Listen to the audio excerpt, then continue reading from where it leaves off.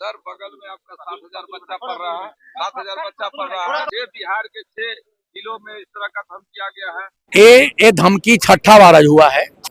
हम लोग आते हैं काम करने, कोर्ट वकील आए, सब आए तो हुआ कि खाली करिए खाली करिए खाली करिए। आप देख रहे हैं जनपद न्यूज।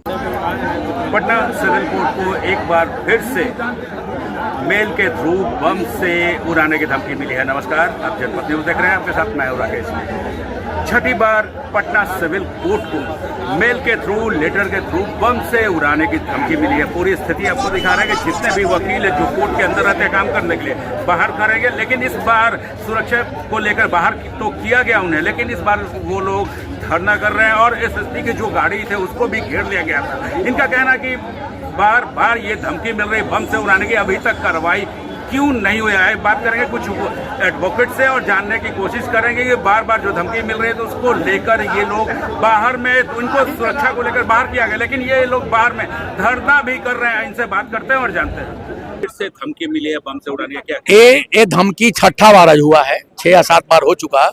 हम लोग आते हैं काम करने, कोर्ट वकील आए, सब आए तो हुआ कि खाली करिए खाली करिए खाली करिए। एक तरह से हर लगातार 2 दिन पहले परसों भी इस तरह से हुआ था, परसों भी क्या यही हुई थी। तो ये रोज का रोज ही अजीब तमाशा हो गया है। क्लाइंट कितने दूर से आते हैं, वकील आते हैं, मुंशी आते हैं, सारे लोग आते हैं, सारे क्लाइंट का काम महत्वपूर्ण बंद हो जाता है, सीधा न्यायालय बंद हो जा रहा है जांच के नाम पे। एक चीज है कि अभी अभी एसएसपी पटना आए थे, हम लोगों ने काफी उनको कहा कि ये क्या हो रहा है, वो आए अपना आश्वासन दे करके चले गए। इतने दिनों से खेल चल रहा है, आईटी सेल है, साइबर सेल है, पुलिस है, एटीएस है, इतने सारे लोग क्या कर रहा है आखिर? देश का इतना जांच एजेंसी कर क्या रहा है? न तो कोई आज तक सामने आए कौन पकड़ाया, कौन मेल किया, क्या काहे मेल किया, क्यों कर रहा है, या कोई सुनियोजित ढंग से ये काम हो रहा है, इसके पीछे क्या कारण है, कुछ हम लोग कुछ समझ ही नहीं पा रहे हैं। तरफ उनका कहना कि हम सुरक्षा के नाम पर खाली करा रहे हैं, दूसरी तरफ कि सारे लोग का रोजगार धंधा बंद हो जा रहा है, सारा न्यायालय का इंपॉर्टेंट काम सब बंद हो जा रहा है। तो इसका तो अंत ही नहीं हो रहा है। आखिर हो क्या रहा है? हाई कोर्ट और सुप्रीम कोर्ट और सिविल कोर्ट बंद हो जाएगा, जब इसकी सुरक्षा की कोई गारंटी नहीं है तो आम आदमी का सुरक्षा क्या होगा? Virendra Sharma, advocate, civil court. प्रक्रिया को बाधित किया जाता है। सरकार की तरफ से आज तक जितने भी जांच हुआ है या नहीं हुआ है, किसी भी प्रकार का कोई भी रिजल्ट नहीं दिया गया कि कौन पकड़ाया है, कहां से मेल आता है, मेल भेजने वाला का सोर्स क्या है, अभी तक क्या कार्रवाई की गई है, इसके बारे में कोई पता नहीं है। सिर्फ एक ही बात पता होता है कि बम आज फटेगा, लेकिन अभी तक फटा नहीं। प्रशासन से ये बोलना चाहता है कि निष्पक्ष होकर सुरक्षा में जो भी काम करना चाहिए वो करिए, और ये बताइए कम से कम कि ये मेल का सोर्स क्या है, कहाँ से आता है, इनका आईपी एड्रेस कौन है, कौन इनमें संलग्न है, या एक सुनियोजित साजिश के तहत ये किया जाता है, ये सारी चीज़ों को बताना होगा। मेरा नाम संजीव कुमार। सोचा कि तो हम लोग सुरक्षा में थोड़े हैं, देखिए नहीं बाहर तो उससे ज्यादा कर रहा है, अगर यहाँ बम लगाएगा तो क्या होगा? कोर्ट तो खाली है। बम से उड़ाने की धमकी मिली थी, इसलिए आप लोग बाहर। अरे बाहर हैं, देखिए सुरक्षा में 24 आवर्स यहाँ सिक्योरिटी में 75 जवान तैनात हैं, पुलिस पदाधिकारी, लेकिन कैसे बम रखा जाता है? सोचने वाली बात है। सुरक्षा में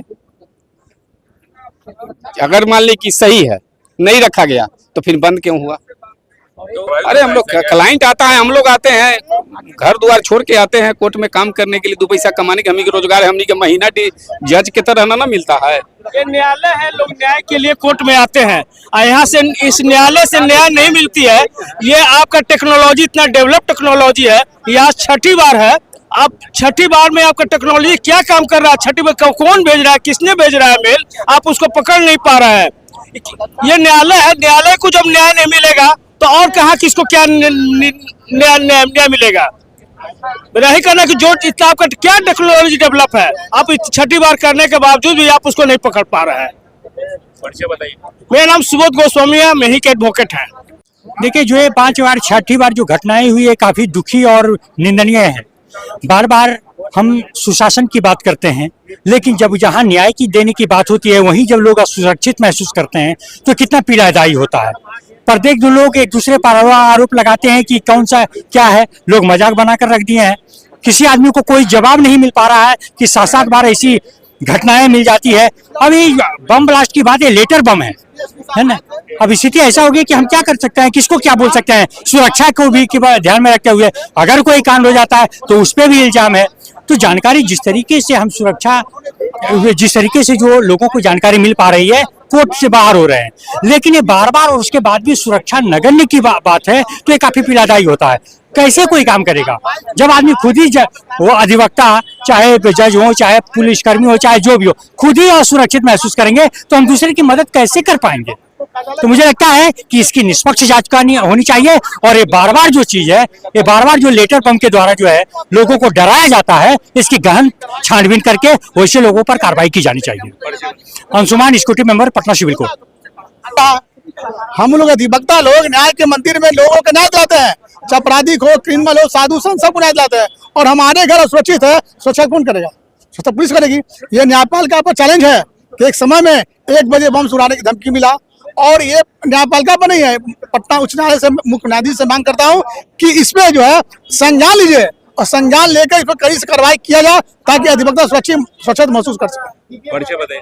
सुशील सिन्हा, विजिलेंस सदस्य, डिस्ट्रिक्ट बार एसोसिएशन। देखिए, इसमें जो बम की धमकी आई है और इसमें पुलिस के और जो एटीएस की टीम है वो यहाँ आके इसको सैनिटाइजेशन का काम कर रही है। यहाँ पे बम डिस्पोजल स्क्वाड लगे हुए हैं यहाँ पे, और जो बम निरोधक दस्ता है उसके द्वारा पूरे एरिया की जांच की जा रही है। क्लियरेंस मिलने के बाद कोर्ट में परिसर में लोगों को आने दिया जाएगा और जो न्यायिक कार्य प्रारंभ कराया जाएगा। इसमें हम लोग ट्रेस करवा रहे हैं, जो पुलिस के मामले भी हैं उसमें भी ट्रेसिंग चल रही है। कुछ जगहों पर रेड छापामारी हुई है, लेकिन इसमें जो पूरा गिरोह है उसको हम लोग जल्दी पर्दाफाश करेंगे। वही मैं बता रहा हूँ आप लोगों को कि इसमें जो कंपनी के द्वारा हम लोग को डेटा दिया था उसके तहत हम लोग कार्रवाई करते हैं। इसमें टीम लगी हुई है, स्पेशलाइज्ड एजेंसीज भी लगी हुई हैं। जैसी आएगा आप लोग बताया। मेल में क्या कुछ कहा गया है? देखिए, मेल में जो बातें कही गई है वो बहुत इंपॉर्टेंट नहीं है इस चीज में। इसमें इंपॉर्टेंट ये है कि चूंकि धमकी दिया गया था तो हम लोग एहतियाती रूप से चेकिंग करवा रहे हैं। सर, अभी तक ऐसी